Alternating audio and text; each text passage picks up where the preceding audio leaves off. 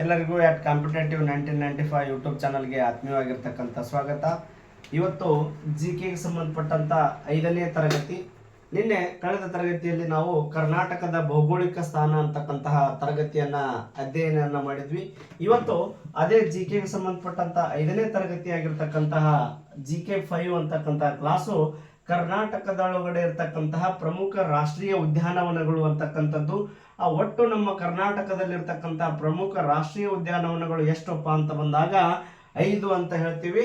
ಆ 5 ಕರ್ನಾಟಕದ ರಾಷ್ಟ್ರೀಯ ಉದ್ಯಾನವನಗಳನ್ನ ಈಸಿಯಾಗಿ ನೆನಪಿಟ್ಕೋಬೇಕಂತಂದ್ರೆ ನಾವು ಒಂದು ಟ್ರಿಕ್ ರೆಡಿ ಮಾಡ್ಕೊಂಡಿದ್ವಿ. ಆ ಟ್ರಿಕ್ಗೆ ಏನಂತ ಕರಿತೀವಪ್ಪ ಅಂತಂದ್ರೆ ಬಿ ಬ್ಯಾಂಕ್ ಅಂತಕ್ಕಂಥದ್ದು. ಈ ಬಿ ಬ್ಯಾಂಕ್ ಅಂತಕ್ಕಂಥದ್ದನ್ನ ನಾವು ನೆನಪಿಟ್ಕೊಂಡಿವಪ್ಪ ಅಂತಂದ್ರ ನಮ್ಮ ಕರ್ನಾಟಕದೊಳಗಡೆ ಇರ್ತಕ್ಕಂಥ ಪ್ರಮುಖ 5 ರಾಷ್ಟ್ರೀಯ ಉದ್ಯಾನವನಗಳು ನಮ್ಮ ನೆನಪಿಗೆ ಬರ್ತಾವು. ಆ ಬಿ ಬ್ಯಾಂಕ್ ಯಾವ ರೀತಿಯಾಗಿ ವರ್ಕ್ ಆಗುತ್ತೆ ಅಂತಂತ ಬಂದಾಗ, ಬಿ ಅಂತ ಬಂದಾಗ ಮೊದಲೇದು ಬಂಡೀಪುರ ರಾಷ್ಟ್ರೀಯ ಉದ್ಯಾನವನ, ಇನ್ನೊಂದು ಬಿ ಅಂತ ಬಂದಾಗ ಬನ್ನೇರುಘಟ್ಟ ರಾಷ್ಟ್ರೀಯ ಉದ್ಯಾನವನ, ಎ ಅಂತ ಬಂದಾಗ ಅನಸಿ ಅಥವಾ ಅಂಸಿ ರಾಷ್ಟ್ರೀಯ ಉದ್ಯಾನವನ, ಇನ್ನು ನೆಕ್ಸ್ಟ್ ಎನ್ ಅಂತ ಬಂದಾಗ ನಾಗರಹೊಳೆ ರಾಷ್ಟ್ರೀಯ ಉದ್ಯಾನವನ, ಕೆ ಅಂತ ಬಂದಾಗ ಕುದುರೆಮುಖ ರಾಷ್ಟ್ರೀಯ ಉದ್ಯಾನವನ.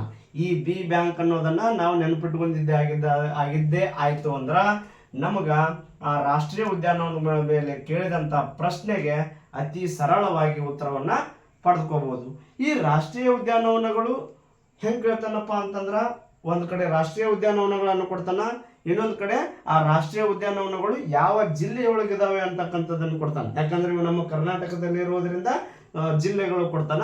ಮತ್ತ ಇನ್ನೊಂದು ರೀತಿ ಒಳಗ ಇನ್ನೂ ಡೆಪ್ತ್ ಆಗಿ ಹೋದ್ನಪ್ಪ ಅಂತಂದ್ರ ಆ ರಾಷ್ಟ್ರೀಯ ಉದ್ಯಾನವನದೊಳಗ ಆ ರಾಷ್ಟ್ರೀಯ ಉದ್ಯಾನವನ ಯಾವುದಕ್ಕೆ ಫೇಮಸ್ ಐತೆ ಅನ್ನೋದ್ರ ಸಲುವಾಗಿ ಕೂಡ ಅಲ್ಲಿ ಯಾವ್ಯಾವ ಪ್ರಾಣಿ ಪಕ್ಷಿಗಳು ಕಂಡು ಬರ್ತಾವ ಅನ್ನೋದ್ರ ಸಲುವಾಗಿ ಕೂಡ ಅದು ಆ ರೀತಿ ಒಳಗಡೆನೂ ಕೂಡ ಏನ್ ಮಾಡ್ತಾನಪ್ಪ ಅಂದ್ರ ಪ್ರಶ್ನೆಯನ್ನ ಕೇಳ್ತಾನ.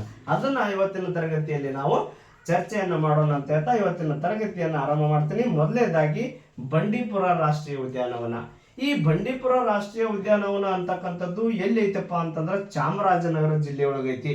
ಈ ಬಂಡೀಪುರ ಎಲ್ಲೈತಿ? ಚಾಮರಾಜನಗರ ಜಿಲ್ಲೆ ಒಳಗೈತಿ. ಈ ಬಂಡೀಪುರ ರಾಷ್ಟ್ರೀಯ ಉದ್ಯಾನವನದೊಳಗ ಹುಲಿ ಮತ್ತು ಏಷ್ಯಾದ ಆನೆಗಳು. ಈ ಬಂಡೀಪುರ ರಾಷ್ಟ್ರೀಯ ಉದ್ಯಾನವನ ಯಾವುದಕ್ಕೆ ಪ್ರಸಿದ್ಧಿ ಐತಪ್ಪ ಅಂತಂದ್ರ ಹುಲಿ, ಏಷ್ಯಾದ ಆನೆಗಳಿಗೆ ಪ್ರಸಿದ್ಧಿ ಐತಿ. ಕ್ವಶನ್ ಹೆಂಗ್ ಕೇಳ್ಬಿಡ್ತಾನಪ್ಪ ಅಂತಂದ್ರ ಈ ಕೆಳಗಿನ ಯಾವ ರಾಷ್ಟ್ರೀಯ ಉದ್ಯಾನವನದಲ್ಲಿ ಏಷ್ಯಾದ ಆನೆಗಳು ಕಂಡು ಬರ್ತವೆ ಅಂತ ಏನಾದ್ರು ಪ್ರಶ್ನೆ ಕೇಳಿದ್ನಪ್ಪ ಅಂತಂದ್ರ ಅದು ಬಂಡೀಪುರ ರಾಷ್ಟ್ರೀಯ ಉದ್ಯಾನವನದೊಳಗ ಏಷ್ಯಾದ ಆನೆಗಳು ಪ್ರಸಿದ್ಧಿಯನ್ನ ಪಡೆದುಕೊಂಡಿದ್ದಾವೆ ಅಂತಕ್ಕಂಥದ್ದು.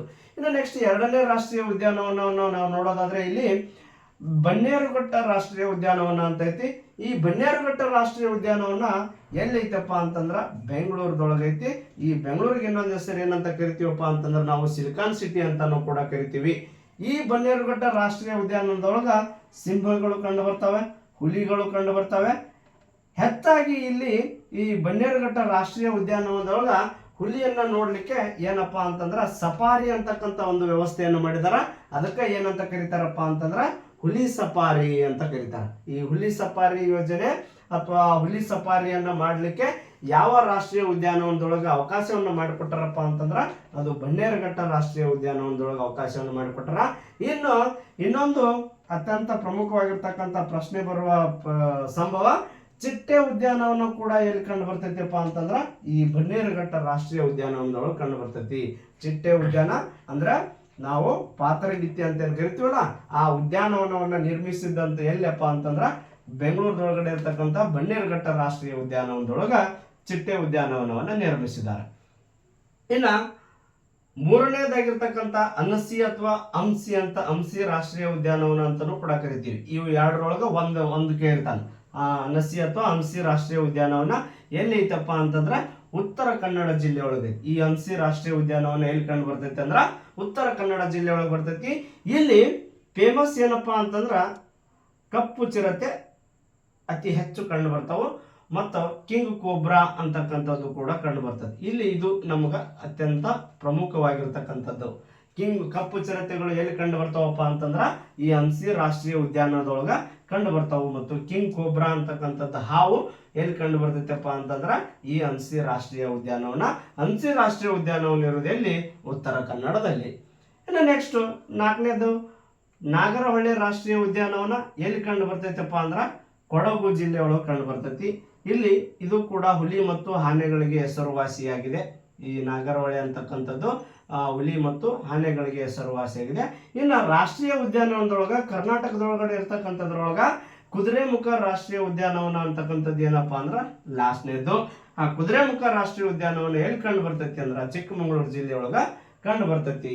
ಇಲ್ಲಿ ಫೇಮಸ್ ಏನಪ್ಪಾ ಅಂದ್ರ ಈ ಕುದುರೆಮುಖ ರಾಷ್ಟ್ರೀಯ ಉದ್ಯಾನವನ ಏನಪ್ಪಾ ಅಂದ್ರ ಸಿಂಹ ಮುಖದ ಮಂಗಗಳು ಕಂಡು ಬರ್ತವೆ. ಅಂದ್ರ ದೇಹ ಮಂಗದ ತರ ಇರುತ್ತ, ಆ ಮಂಗದ ಮುಖ ಏನಾಗಿರ್ತೈತಪ್ಪ ಅಂತಂದ್ರ ಸಿಂಹದ ತರ ಇರ್ತೈತಿ. ಹಾಗಾಗಿ ಅವಕ್ಕ ಸಿಂಹ ಮುಖದ ಮಂಗಗಳು ಅಥವಾ ಮಕಾಕಗಳು ಅಂತ ಕರೀತಾರ. ಇವು ಇಷ್ಟು ಏನಪ್ಪಾ ಅಂತಂದ್ರ ನಮ್ಮ ಕರ್ನಾಟಕದೊಳಗಡೆ ಇರ್ತಕ್ಕಂತಹ ಪ್ರಮುಖ ರಾಷ್ಟ್ರೀಯ ಉದ್ಯಾನವನಗಳು. ನಾವು ನಿನ್ನೆ ಕಳೆದ ತರಗತಿ ಒಳಗ ಕರ್ನಾಟಕದ ಅತಿ ದೊಡ್ಡ ರಾಜ್ಯಗಳನ್ನ ಅಧ್ಯಯನ ಮಾಡಿದ್ವಿ. ಯಾವಾಗ ಅನುಕ್ರಮವಾಗಿ ಮಾಡಿದ್ವಿ. ಇವತ್ತ ಇದು ಒಂದು GK ಅಂತ ಅನ್ಕೊಳ್ಳೋಣ, ಹೊಂದಿಸಿ ಬರೆಯೋದ್ರೊಳಗಡೆ ಅಂತ ಅನ್ಕೊಳ್ಳೋಣ. ಕರ್ನಾಟಕದ ಅತಿ ದೊಡ್ಡ ಜಿಲ್ಲೆಗಳು. ಈ ಕರ್ನಾಟಕದ ಅತಿ ದೊಡ್ಡ ಜಿಲ್ಲೆಗಳಿಗೂ ಕೂಡ ಒಂದು ಟ್ರಿಕ್ ಐತಿ. ಏನಪ್ಪಾ ಅಂದ್ರ ಬೇಕಿತ್ತು ವಿಜಯದ ಉತ್ತರ ಅಂತಕ್ಕಂಥದ್ದು ನಮಗ ಟ್ರಿಕ್ ಇದು. ಈ ಬೇಕಿತ್ತು ವಿಜಯದ ಉತ್ತರ ಅಂತಕ್ಕಂಥದ್ರೊಳಗ ಈ ಬೇ ಅನ್ನೋದ್ರೊಳಗ ಒಂದು ಜಿಲ್ಲೆ ಐತಿ, ಆಮೇಲೆ ಕ ಅನ್ನೋದ್ರೊಳಗ ಒಂದು ಜಿಲ್ಲೆ ಹೆಸರು ಐತಿ, ವಿ ಅನ್ನೋದ್ರೊಳಗ ಒಂದು ವಿಜಯದ ಬೇಕಿತ್ತು ಅನ್ನೋದ್ರೊಳಗ ಒಂದು ಜಿಲ್ಲೆ ಐತಿ, ವಿ ಅನ್ನೋದ್ರೊಳಗ ಒಂದು ಜಿಲ್ಲೆ ಹೆಸರು ಐತಿ, ಹೂ ಅನ್ನೋದ್ರೊಳಗೂ ಕೂಡ ಒಂದು ಜಿಲ್ಲೆ ಹೆಸರು ಐತಿ. ಯಾವ್ಯಾವ ಹೂ ಅಂತಕ್ಕಂಥದ್ದು ಈ ಬೇಕಿತ್ತು ವಿಜಯದ ಉತ್ತರ ಅಂತಕ್ಕಂಥ ಟ್ರಿಕ್ ಅನ್ನ ನಾವು ನೆನ್ಪಿಟ್ಕೊಂಡಿದ್ದೆ ಆಗಿತ್ತಂದ್ರ ಕರ್ನಾಟಕದ ಅತಿ ದೊಡ್ಡ ಜಿಲ್ಲೆಗಳು ಯಾವ್ಯಾವು ಅಂತಕ್ಕಂಥದ್ದನ್ನ ನಮಗ ಅತಿ ಸರಳವಾಗಿ ನೆನಪಿಟ್ಕೋಬಹುದು. ಬೇಕಿತ್ತು ಅಂತಂದ್ರ ಬೆಳಗಾವಿ, ಕಿತ್ತು ಅಂತಂದ್ರ ಕದೊಳಗೈತಿ ಕಲಬುರ್ಗಿ, ಕಿತ್ತು ತು ಅಂತ ಬಂದಾಗ ತುಮಕೂರು. ಇನ್ನು ವಿಜಯದ ಉತ್ತರ ಅಂತ ಬಂದಾಗ ವಿಜಯಪುರ, ನಮ್ಮ ಹೆಮ್ಮೆಯ ಜಿಲ್ಲೆ ಅಂತ ಬಂದಾಗ ವಿಜಯಪುರ ಅಂತ ಹೇಳ್ತೀವಿ. ಇನ್ನು ನೆಕ್ಸ್ಟ್ ಉತ್ತರ ಅಂತ ಬಂದಾಗ ಉತ್ತರ ಕನ್ನಡ. ಇದು ಏನಪ್ಪಾ ಅಂದ್ರ ಕರ್ನಾಟಕದೊಳಗಡೆ ಇರ್ತಕ್ಕಂಥ ಅತಿ ದೊಡ್ಡ ಜಿಲ್ಲೆಗಳು. ಅದಕ್ಕೆ ನಾವು ಮಾಡ್ಕೊಂಡಿರ್ತಕ್ಕಂಥ ಸಿಂಪಲ್ ಟ್ರಿಕ್ ಏನಪ್ಪಾ ಅಂದ್ರ ಬೇಕಿತ್ತು ವಿಜಯದ ಉತ್ತರ. ಈ ಕರ್ನಾಟಕದ ಪ್ರಮುಖ ರಾಷ್ಟ್ರೀಯ ಉದ್ಯಾನವನಗಳನ್ನ ಸಿಂಪಲ್ ಆಗಿ ನೆನಪಿಟ್ಕೊಳ್ಳಿಕ್ಕೆ ನಾವು ಮಾಡಿಕೊಂಡಿರ್ತಕ್ಕಂಥ ಟ್ರಿಕ್ ಏನಪ್ಪಾ ಅಂತಂದ್ರ ಬಿ ಬ್ಯಾಂಕ್ ಅಂತಕ್ಕಂಥದ್ದು. ಇದು ಇಷ್ಟು ಇವತ್ತಿನ GK ತರಗತಿ. ಇದೇ ರೀತಿಯಾಗಿರ್ತಕ್ಕಂಥ ಟ್ರಿಕ್ ಮತ್ತು GK ತರಗತಿಗಳು ಇನ್ನೂ ಹೆಚ್ಚಿನ ರೀತಿಯಲ್ಲಿ ನಮ್ಮ ಕಾಂಪಿಟೇಟಿವ್ 1995 ಯೂಟ್ಯೂಬ್ ಚಾನಲ್ದೊಳಗಡೆ ಮುಂದುವರಿತಾವ ಅಂತ ಹೇಳ್ತಾ ಇವತ್ತಿನ ತರಗತಿಯನ್ನ ಇಲ್ಲಿಗೆ ಮುಗಿಸ್ತಾ ಇದ್ದೀನಿ. ಎಲ್ಲರಿಗೂ ಧನ್ಯವಾದಗಳು. Thank you.